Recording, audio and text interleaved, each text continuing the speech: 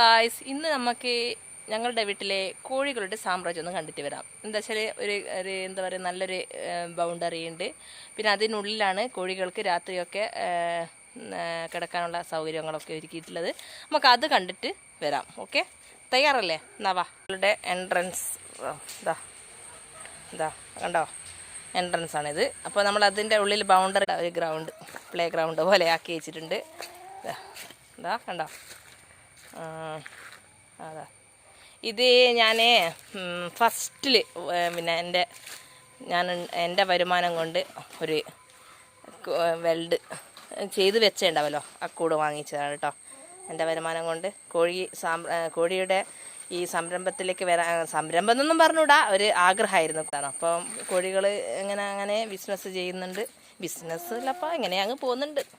പിന്നെ ഇതിൻ്റെ ഉള്ളിലുള്ള കോഴികൾക്ക് താമസിക്കാൻ രാത്രിയൊക്കെയുള്ള